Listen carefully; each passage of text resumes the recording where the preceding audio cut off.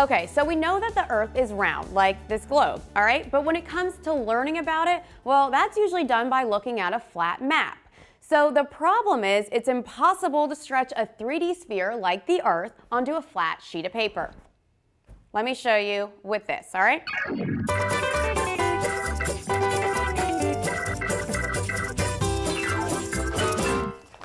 All right, so as you can see, no matter which way it's done, you can't make it totally flat. So flat maps always have to make a compromise somewhere, whether it's shape, size, direction, distance, or scale, which is why a school district in Boston is switching things up when it comes to learning about the world. Students at Boston Public Schools are seeing a whole new world these days. It's crazy shocking. The district introduced a new map of the world to their curriculum called the Peters Projection. In the Mercator's map, Africa is just seen as so small compared to Russia. For almost 500 years, the Mercator projection has been one of the most popular maps of the world and used in classrooms across the country. But this district recently decided it was time for a new point of view.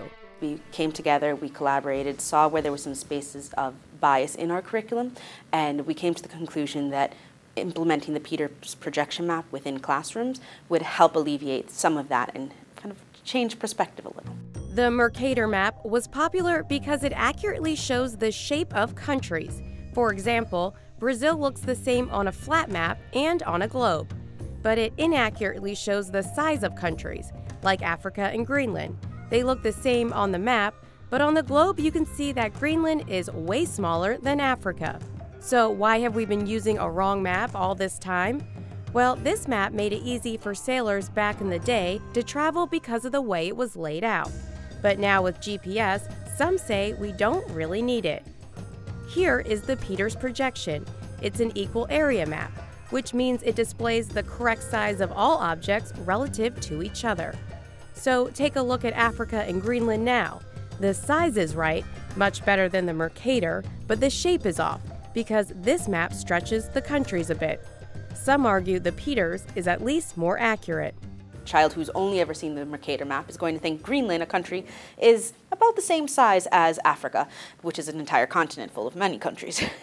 So by putting the Peters projection map into classrooms, they're able to see the difference of kind of what scope, what scale looks like, and how different cartographers decide to kind of unfold the world. The center of the map is where the map maker was from, which makes sense. When we take selfies, when we take pictures, and we want to showcase ourselves, we generally put ourselves in the middle of the picture.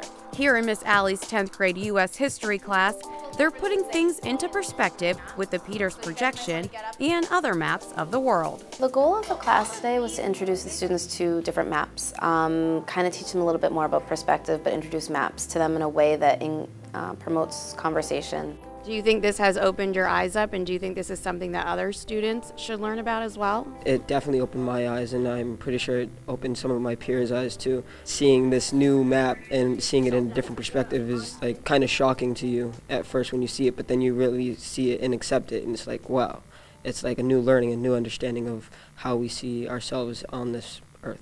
It shows that we're moving in a direction of cultural competency and that we want our students to feel empowered even when they're looking at a map. But the even bigger lesson here, learning not to just accept the world around them as it is. Focusing only on one projection is only telling one story. So by adding in another projection to the classroom, now students could have conversations, compare and contrast, really observe, question, and analyze what's happening and why a certain map was chosen and what story it was intended to tell. And did you catch today's word in the news? Cartographer, which is a person who draws or produces maps.